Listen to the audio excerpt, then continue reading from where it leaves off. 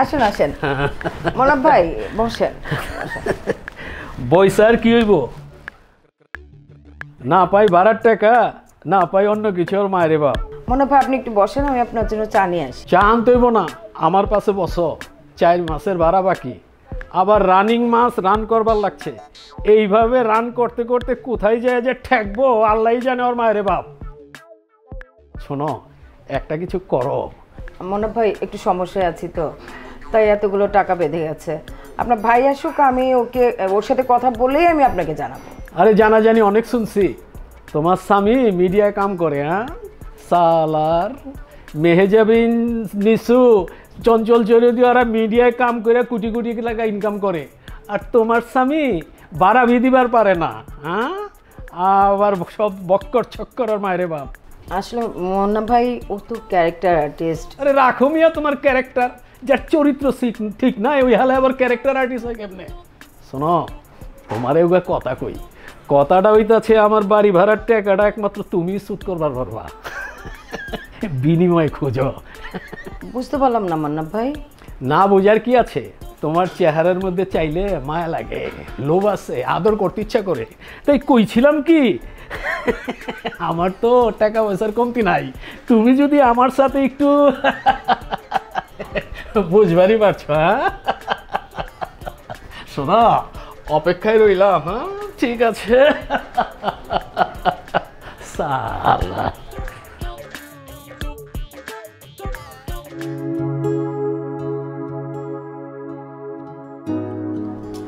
সারাদিন ঘরে বসে থাকলে চলবে? বাইরে যাইতে হবে না? বাইরে যাবো না, কাজ কাম নাই। আর তাছাড়া চাকরিও তো নাই, বাইরে যেয়ে কি করবো? এই থিয়েটার নাটক ফাটক করেই তো তোমার জীবনটা শেষ করতেছো তুমি। এই একদম উল্টাপাল্টা কথা বলবো না।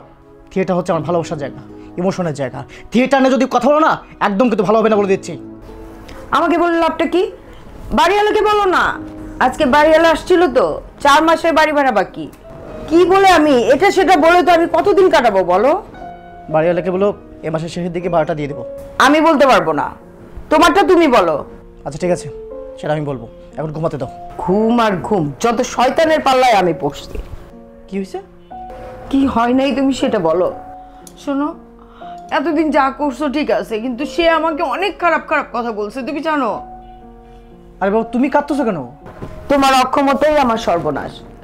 আজ বাড়ি ভাড়া দিতে পারি না বলেই আমাকে বাড়িওয়ালা কুপ্রস্তাব দেওয়ার সাহস পেয়েছে। আরে কোথায় যাচ্ছ তুমি? ভাড়া পাই দেখেই তো চায়।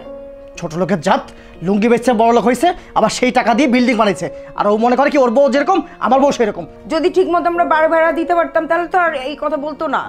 চুপ, একদম চুপ। ওর ভাড়ার টাকা দে না?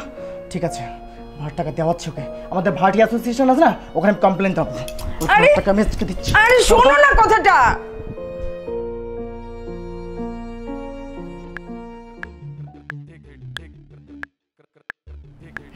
ভাবি, কি দিয়ে চা বানাইছেন?